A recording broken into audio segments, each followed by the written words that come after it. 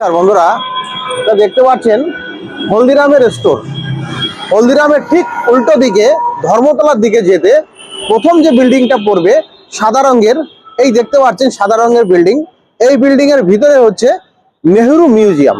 বাচ্চাদের অনেক কিছু দেখার আছে, আর আরো কি কি অ্যাক্টিভিটি হয় ভিতরে যে আপনাদের দেখাবো, বলবো।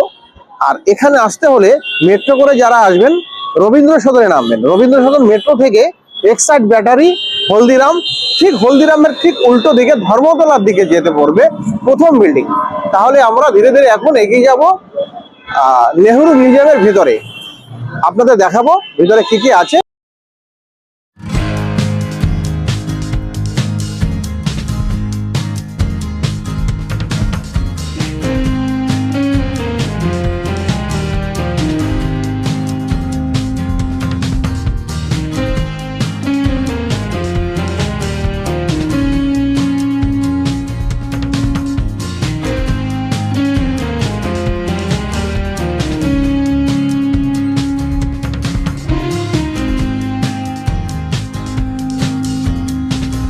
বন্ধুরা, এখন আমি একটা পুতুলের রুমের ভিতরে ঢুকে পড়েছি।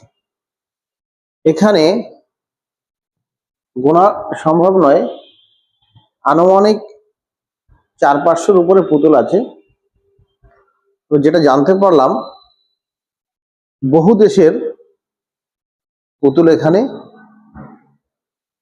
এবং কি ভারতীয় সভ্যতার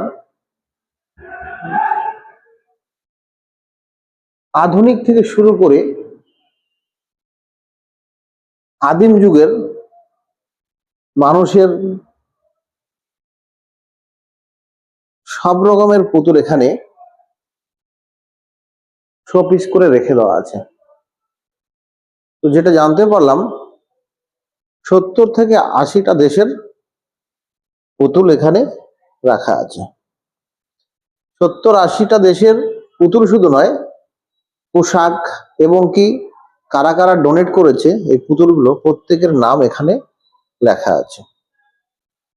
এখানে দেখতে পাচ্ছেন একজন নর্তকী। এই পুতুলটি সুইস ডল।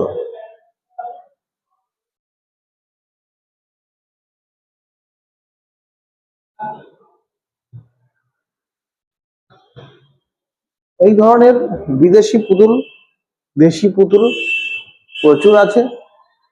ছোট ছোট বাচ্চাদের এখানে নিয়ে আসুন, খুব আনন্দিত হবে বাচ্চারা, ভালো লাগবে। এটা একটা মিউজিয়াম, নেহেরু মিউজিয়াম। স্থানটি হচ্ছে কলকাতার Rabindra Sadan metro station near. বিভিন্ন ধরনের পোশাক এখানে দেখুন, পর্তুগালের পোশাক। এখানে এই পুতুলটা পর্তুগালের, এখানে পর্তুগালের আছে, লন্ডনের আছে, ফিলিপিন্স আছে, বিভিন্ন দেশের পুতুল এখানে আছে, পোশাক এখানে আছে, শোপিস করে রাখা আছে। ছোট ছোট বাচ্চাদের অনেক কিছু বোঝনীয় আছে। আর ইন্ডিয়ান সভ্যতার পোশাক তো এখানে, ভারতীয় সভ্যতার পোশাক এখানে প্রচুর রয়েছে। পাঞ্জাবি, নন নন বেঙ্গলি, বাঙালি, রাজস্থান, সিকিম, সব ধরনের। এখানে দেখুন চাইনিজ, জাপানিজ ডল।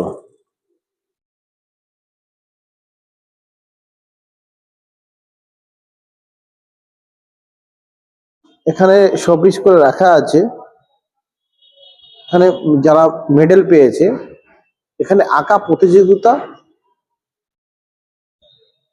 প্রত্যেক নিয়ম করে। আজকে তারিখ হচ্ছে 11 তারিখ, জানুয়ারি 11 তারিখ। তো 12 তারিখ কালকে প্রতিযোগিতা আছে, তার জন্য নিচে ফর্ম ফিল আপ করা হয়। এই ফর্ম ফিল আপ করে নিজের নামটা এখানে এন্ট্রি করিয়ে প্রতিযোগিতা আপনারা বসতে পারেন, আঁকা প্রতিযোগিতা 5 বছর থেকে 18 বছর বয়স পর্যন্ত। এখানে সমস্ত মেডেল এখানে শোপিস করে রাখা আছে। এটা হচ্ছে ফার্স্ট ফ্লোর। আমরা সেকেন্ড ফ্লোরে যাব। সেকেন্ড ফ্লোরে কি কি আছে আপনাদের দেখাবো। তো দেখতে পাচ্ছেন থাইল্যান্ড একটি নর্তকী এখানে দাঁড়িয়ে আছে। এখন সেকেন্ড ফ্লোরে যে ধরনের পুতুলগুলো এখানে সরিয়ে আছে, শো করা আছে, এগুলো হচ্ছে বিদেশি সব, থাইল্যান্ড, হংকং, নিউজিল্যান্ড, বিভিন্ন দেশের। এটা হচ্ছে নেপালন, হ্যাঁ, মরিশাস, মরিশাস দেখো, মরিশাস। এগুলো বিদেশি পুতুল, সব বিদেশি সভ্যতার পুতুলের ওখানকার যে পোশাক মানুষ ব্যবহার করে, সেই পোশাকের সঙ্গে পুতুল একই সঙ্গে এখানে শোপিস করে রাখা আছে। এবং ফিনল্যান্ড, ফিনল্যান্ডের পোশাক, ফিনল্যান্ডের পুতুল। এখানে আছে চাইনিজ।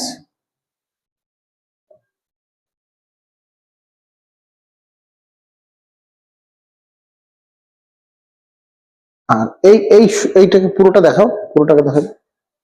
এটা হচ্ছে থাইল্যান্ডের যে রাজা ছিলেন, সেই থাইল্যান্ডের, একটু দূর থেকে ভালো করে দেখা, পুরো পিকচারটা একসঙ্গে দেখুন। থাইল্যান্ডের রাজার যে সৈন্য, হ্যাঁ, যারা যুদ্ধ করত, দেখুন এখানে ত্রিশূল রয়েছে, ত্রিশূল। থাইল্যান্ডের যে সভ্যতার যে রাজরানীদের যে ওখানকার আগেকার যে সভ্যতা ছিল, সেটা একটা পুরো চিত্র এখানে স্ট্যাচু করে রাখা আছে। আর এখানে দেখতে পাচ্ছেন বিভিন্ন দেশে, কানাডা আছে, জার্মান আছে, তারপরে হাঙ্গেরি আছে, বিভিন্ন দেশের পুতুল এখানে শোপিস করে রাখা।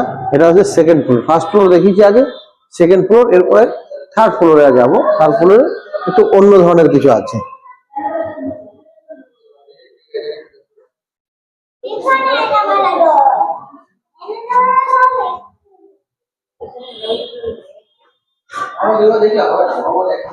রবীন্দ্র সদন,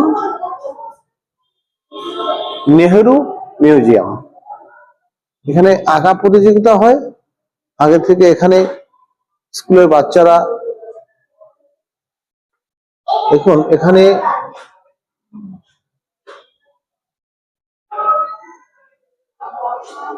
একটা ফটো দেখা যাচ্ছে, কোনো একজন মিনিস্টার।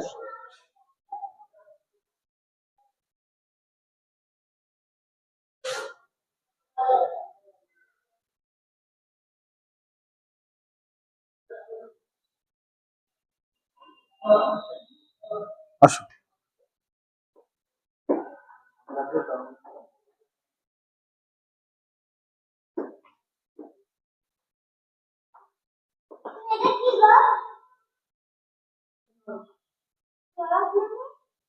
ভারতীয় ম্যাপ।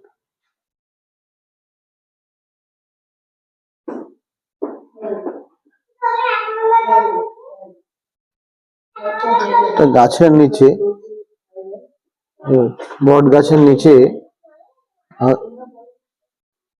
বসে আছে গণেশ, সিদ্ধিদাতা গণেশ, আর সামনে বসে আছে শিব। একটা,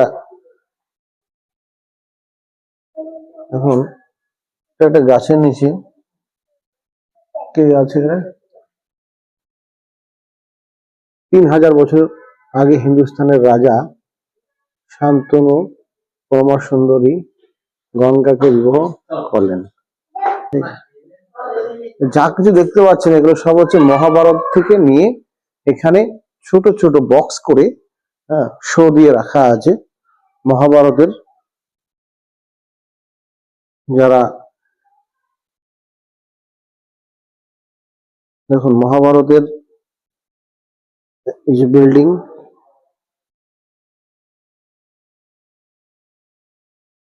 সব মহাভারতেরই চিত্র এখানে তুলে ধরেছে।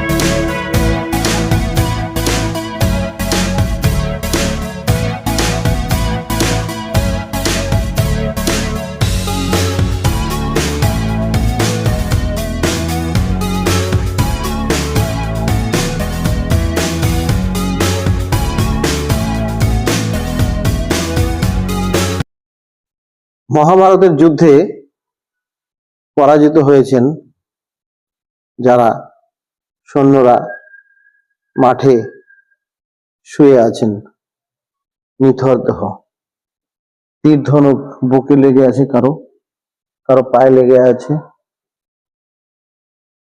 এগুলো সব মহাভারতের যুদ্ধের চিত্র।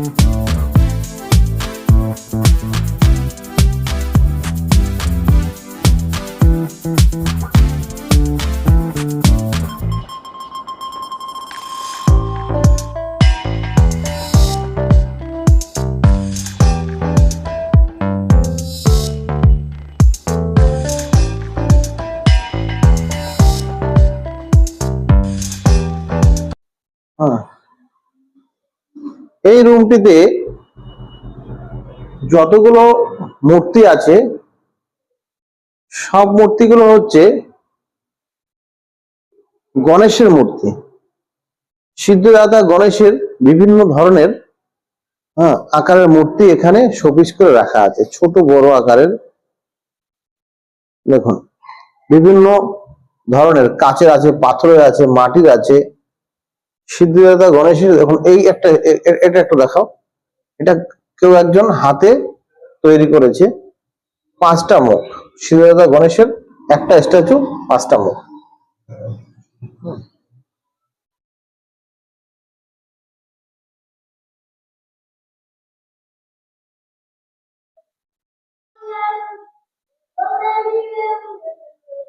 এখন এই রুমের ভিতরে রামায়ণের যতগুলো চিত্র আছে সেগুলো এখানে শোপিস করে রাখা আছে, ছোট ছোট বক্সের ভিতরে। রামায়ণের যা যা ঘটেছিল সেগুলো এখানে তুলে ধরেছে। এখন রাম লক্ষণ এখানে রয়েছে, লব কুশ রয়েছে, রাক্ষসরা রয়েছে। রামায়ণের যাবতীয় যা কিছু ঘটনা ঘটেছে সব এখানে শোপিস করে ছোট ছোট বক্সের ভিতরে